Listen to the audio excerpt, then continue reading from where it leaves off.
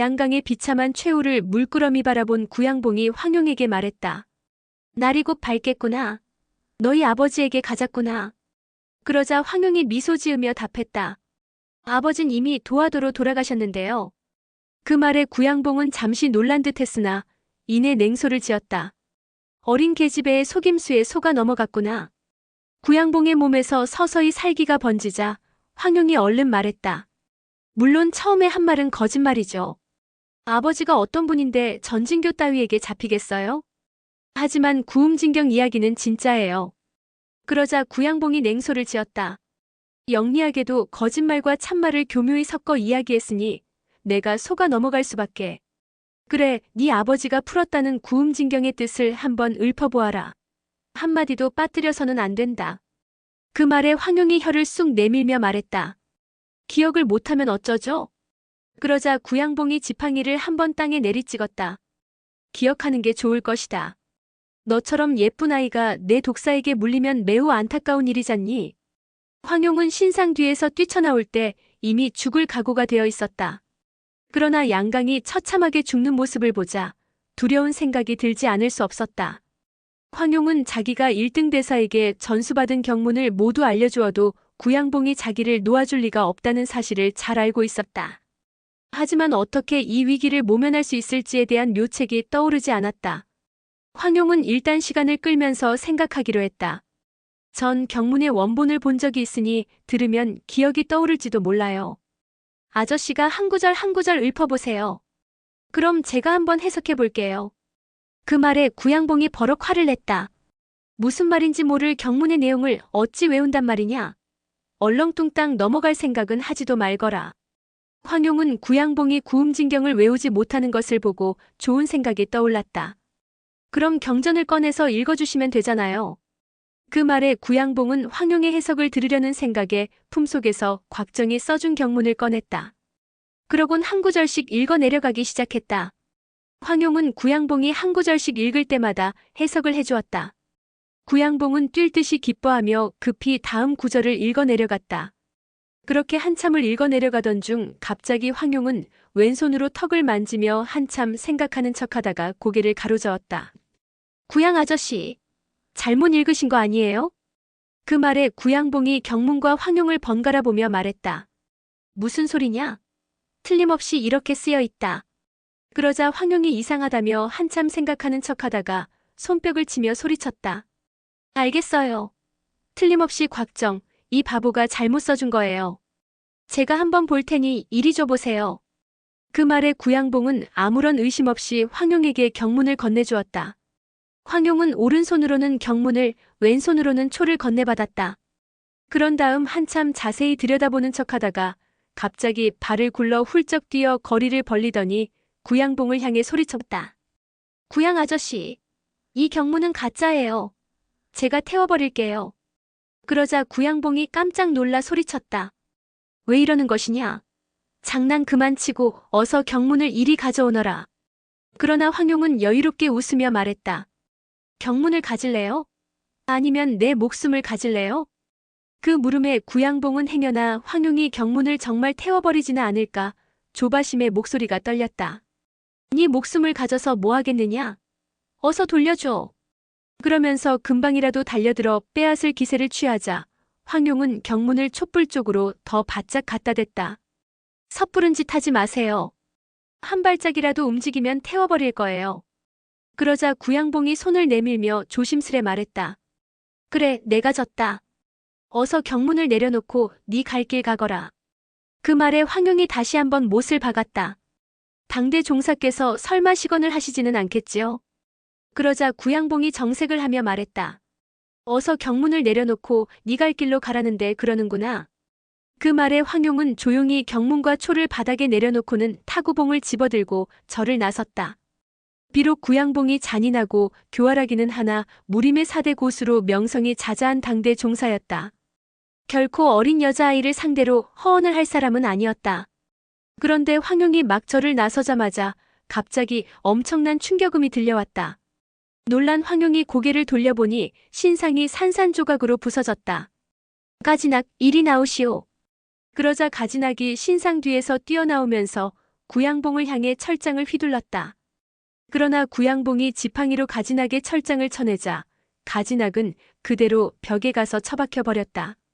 구양봉 정도 되는 고수가 어찌 신상 뒤에 사람이 숨어 있는 걸 몰랐겠는가? 그저 별 볼 일 없는 자였기에 신경을 쓰지 않았을 뿐이다. 황용은 가진학이 위기에 처하자 다시 발길을 돌릴 수밖에 없었다. 구양 아저씨, 저 생각이 바뀌었어요. 저 대신 이분을 보내주세요. 그러자 가진학이 철장을 짚고 몸을 일으키며 소리쳤다. 무슨 소리를 하는 것이냐? 넌 어서 가거라. 가서 정의를 찾아 나 대신 형제들을 위해 복수해달라고 전해라. 그 말에 황용이 고개를 저었다. 곽정 오빠가 제 말을 믿을 것 같으세요? 첫째 사부님이 가지 않으면 저와 아버지의 누명을 누가 벗겨주겠어요? 가서 곽정 오빠에게 모든 사실을 전해주세요. 그리고 전 오빠를 원망하지 않으니 너무 슬퍼하지 말라고 전해주세요. 그러나 가진학은 자기 대신 황용을 죽게 만들 수가 없었다. 두 사람이 서로 가지 않겠다고 한참을 실랑이하자 구양봉은 짜증이 나기 시작했다. 구양봉은 재빠른 신법으로 가진학의 등 뒤로 다가가 그의 뒷덜미를 잡고 힘껏 절 문 밖으로 던졌다. 그 순간 허공에 뜬 가진학이 품속에서 암기를 꺼내 구양봉을 향해 날렸다. 그러나 구양봉은 가볍게 날아오는 암기를 지팡이로 쳐서 다시 가진학을 향해 되돌려 보냈다. 그걸 보고 황용이 비명을 질렀다. 다행히 가진학은 공중에서 몸을 살짝 틀며 날아오는 암기를 오른손으로 가볍게 받아내며 땅에 착지했다. 제법이군. 가진학, 그만 가보시오. 그 말에 가진학은 망설이지 않을 수 없었다. 그때 황용이 웃으며 소리쳤다. 아저씨, 구양 아저씨는 저를 스승으로 삼고 구음진경을 배우고 싶은가 봐요. 아저씨도 저한테 구음진경을 배울 생각이 아니라면 그만 가보세요. 가진학은 황용이 비록 태연자약하게 웃으며 말하고 있지만 속으로는 무서워하고 있다는 걸 잘 알고 있었다. 그러나 자기가 할 수 있는 일이 없었다. 가진학은 차마 발걸음이 떨어지지 않아 문 앞에 선 채 떠날 수가 없었다. 그때 구양봉이 황용의 손을 잡고 절문을 나섰다. 가진학 아저씨, 제가 아저씨 손바닥에 쓴 말 절대로 잊으시면 안 돼요. 가진학은 두 사람이 멀어져 가는 동안 한참을 멍하게 서 있었다. 문득 까마귀 울음소리가 들리더니 까마귀가 한 마리 두 마리 몰려들어 시체를 파먹기 시작했다. 가진학은 갑자기 외로움과 처량함이 밀려들었다.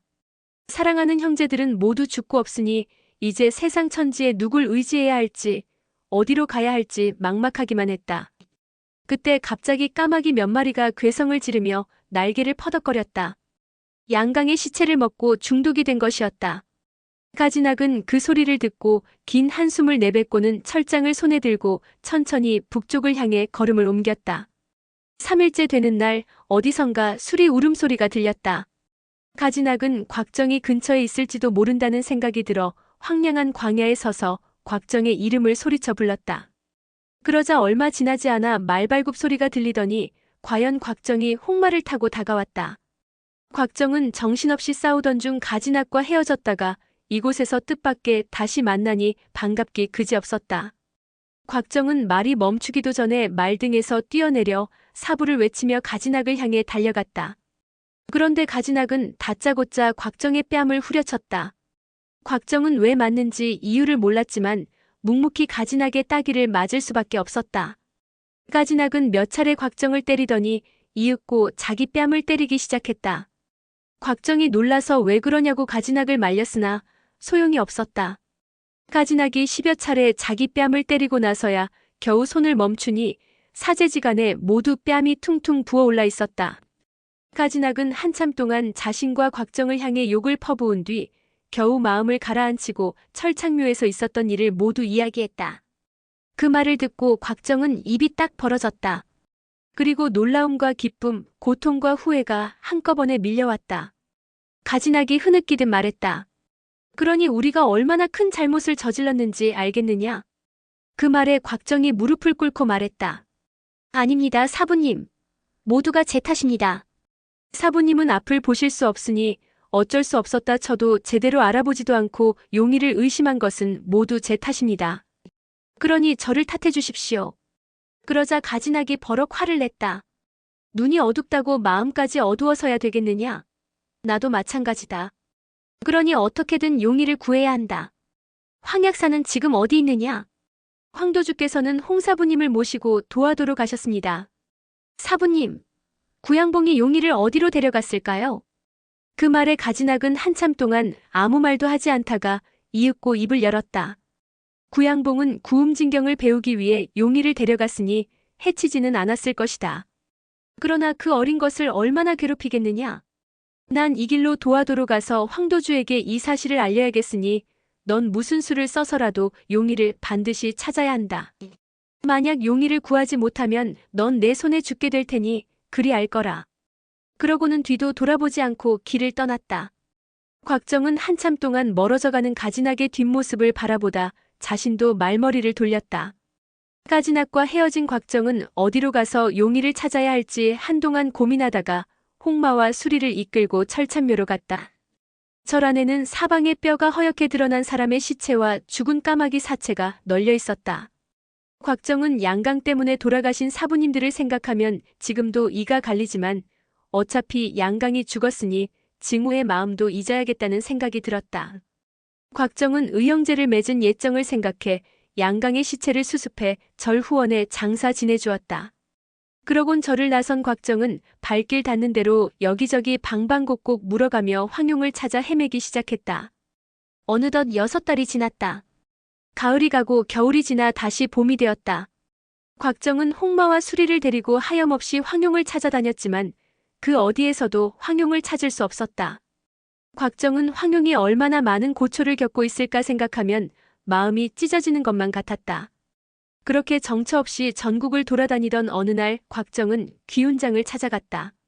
그런데 뜻밖에도 귀운장이 있던 자리는 잿더미로 변해버렸고 육승풍, 육관영 부자는 무슨 변고를 당했는지 행방을 알 수가 없었다. 그런데 이상하게도 인가 10곳 중 9곳은 비어있고 길에서 만나는 사람들도 어디론가 피난을 가는 듯한 모습이었다.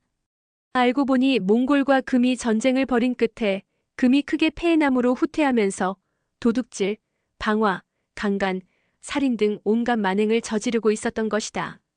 곽정은 계속해서 북쪽을 향해 나아가면서 도탄에 빠진 백성들의 모습을 보며 비장함을 누를 길이 없었다. 결국 희생당하는 건 백성들이구나. 어느 날 곽정은 제수 옆의 산속마을에 도착했다. 곽정은 묵을 곳을 찾아 말에게 물과 여물을 먹이고 자신도 막 식사를 하려고 하는데 어디선가 시끌벅적한 소리가 들렸다. 고함 소리며 말 울음소리가 요란하게 들리더니 수십 명의 금국 병사가 마을로 쳐들어왔다. 그들은 집집마다 불을 질러 마을 사람들을 모두 나오게 만든 뒤 젊은 여자들은 밧줄로 묶고 나머지는 남녀노소를 불문하고 무조건 칼로 베어 죽여버렸다. 곽정은 이 광경을 보고 너무나 분노해 자리를 박차고 일어나 몸을 날렸다. 평범한 사람들은 가벼운 바람이 스쳐 지나갔나 싶을 정도로 빠른 경공을 펼친 곽정은 병사들을 통솔하고 있는 부대장의 말 위로 훌쩍 뛰어올라 그의 관자놀이에 일격을 날렸다. 그러자 금군의 부대장은 그대로 말에서 떨어져 즉사하고 말았다.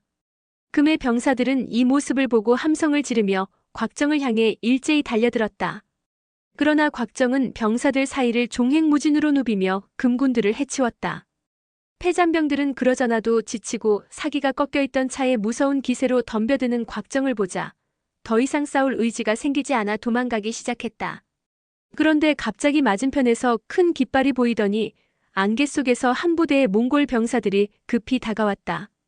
금의 패잔병들은 몽골군을 보자 혼비백산에 뿔뿔이 흩어져 도망가기에 바빴다. 곽정은 금군들이 마을 주민들을 함부로 해친 것에 화를 참을 수가 없었다. 결국 곽정은 홍마를 몰아 금군의 뒤를 쫓아 그들을 척살했다. 몽골군은 뜻밖의 누군가가 나서서 자신들을 도와주자 더욱 용기백배의 금군들을 죽이기 시작했다. 상황이 어느 정도 정리되자 몽골군을 이끌던 백부장이 곽정의 내력을 알아보려는데 병사들 중 누군가가 곽정을 알아보고 소리쳤다. 금도보마십니다. 그 말에 병사들은 일제히 엎드려 절을 했다. 백부장 역시 대칸의 부마라는 말을 듣고 급히 말에서 내려 예를 갖추었다. 곽정은 몽골군의 명을 내려 마을 곳곳에 붙은 불을 끄게 했다. 마을 주민들은 서로를 부축한 채 하나둘 돌아와 허리를 굽히며 감사를 표했다. 그때 멀리서 말발굽 소리가 들려왔다. 곽정은 어디 있느냐? 곽정을 찾는 사람은 바로 그의 의형제이자 대칸의 넷째 아들 타레였다.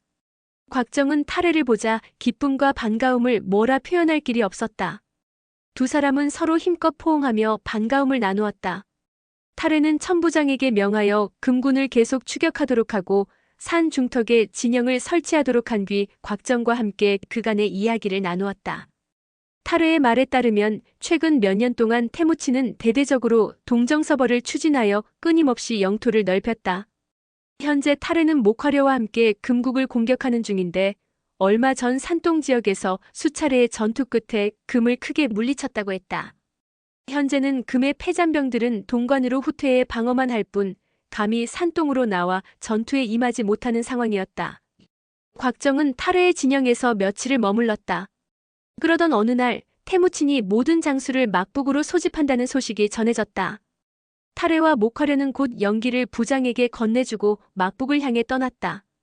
곽정은 오랫동안 뵙지 못한 어머니를 뵈려고 타레를 따라 나섰다. 알라나 근처에 도착해 고개를 들어 멀리 바라보니 끝없이 펼쳐진 초원 위에 수없이 많은 파우가 줄지어 있었고 각 파우 앞에는 여러 마리의 말이 매여 있었다. 수천 수만의 창이 땅에 꽂혀 있었으며 창끝이 햇빛에 반사되어 빛을 발하고 있었다. 곽정은 모래 언덕에 서서 이 장엄한 광경을 내려다보았다. 태무친이 파우 안에서 명령을 내리면 순식간에 여러 연락병을 거쳐 1000리박, 10,000리밖에 있는 왕자와 장수들에게까지 전해질 것을 상상하니 참으로 대단하다는 생각이 들었다. 그때 저쪽에서 먼지가 자욱하게 일더니 한 무리의 기병이 말을 몰고 다가와 일행을 맞이했다. 그들은 기병의 안내를 받아 금파우로 들어가 대칸을 아련했다. 모든 왕자와 장군들이 이미 파우에 모여 항렬에 따라 양쪽으로 줄지어 앉아 있었다. 태무치는 세 사람을 보자 크게 기뻐했다. 타레와 목화려가 그간의 군정을 보고했다. 보고가 끝나자 곽정은 대칸 앞에 무릎을 꿇고 사죄를 드렸다. 대칸께서 금국 완안 홍렬의 목을 베어오라 명하셨는데 여러 차례 기회가 있었으나 결국 놓치고 말았습니다. 신을 벌해주십시오. 그러자 태무친이 웃으며 말했다. 어린 매가 자라면 언젠가는 여우를 잡게 되는 법. 내 왜 너를 벌하겠느냐? 잘 왔다. 보고 싶었구나.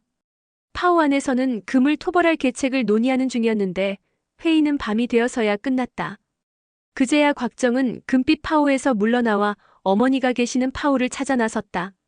그런데 갑자기 누군가가 뒤에서 곽정의 눈을 가렸다.